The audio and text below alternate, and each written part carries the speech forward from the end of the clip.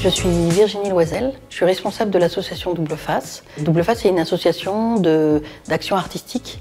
Donc on crée des événements, on propose aussi des ateliers d'éducation artistique aux enfants et aux adolescents, voire les adultes aussi dans les quartiers populaires. L'EPT et la ville de Choisy m'ont contacté en premier lieu pour me proposer ce projet, une rénovation urbaine, un quartier qui va changer complètement, qui va se modifier. Et je pense qu'au regard des habitants qui y sont depuis longtemps, c'est compliqué de voir son quartier se transformer, de voir des immeubles se démolir, d'assister à tout ça. Et finalement, il y a un deuil à faire.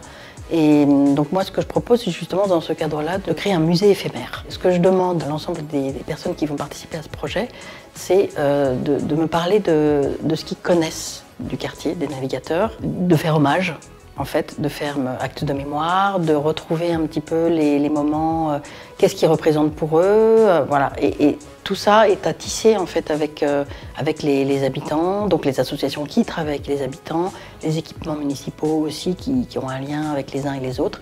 Donc j'essaye de mettre en contact tous ces gens et de construire ensemble un parcours avec une histoire, avec un récit. Parce que dans ce parcours, il y a vraiment un récit où on va traverser des événements un peu historiques, mais tout ça d'un point de vue artistique, c'est-à-dire c'est pas frontal, c'est plus poétique. Le musée éphémère, donc traversé, va investir tout le rez-de-chaussée du bâtiment. On va rentrer d'un côté et sortir à l'autre extrémité. Le spectateur, une fois à l'intérieur, va vraiment tout visiter d'une traite. C'est-à-dire qu'il va à chaque fois entrer dans un univers, le vivre complètement, arriver à chaque palier, en fait, on change de chapitre.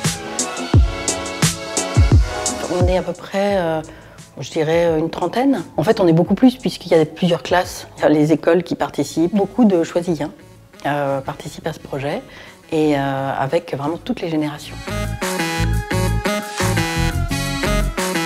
Traversée EES.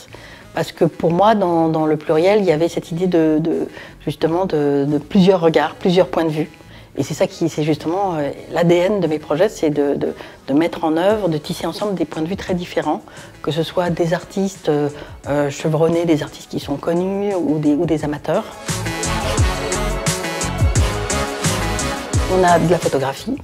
On a de la vidéo, même un cinéaste qui travaille en vidéo et qui travaille sur des documentaires.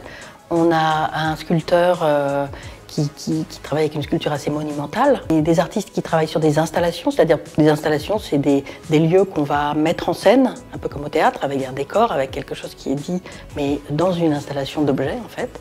On a de la peinture, du dessin, du texte. Donc comment mettre en scène le texte aussi. Donc on a des témoignages à écouter. On a aussi à un moment donné, on va explorer, j'ai pas envie de tout dévoiler, mais on va explorer le ciel. On va explorer les couleurs aussi. Il y a quelque chose du voyage dans cette histoire-là.